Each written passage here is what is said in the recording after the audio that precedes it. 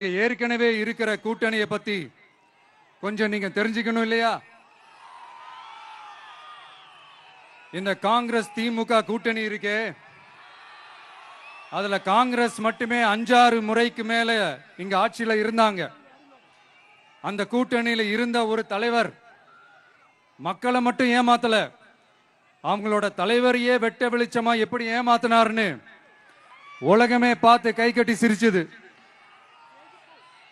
அதுக்கப்புறம் அந்த கட்சி இங்க எந்த நிலைமையில இருக்குன்னு உங்க எல்லாருக்குமே தெரியும்.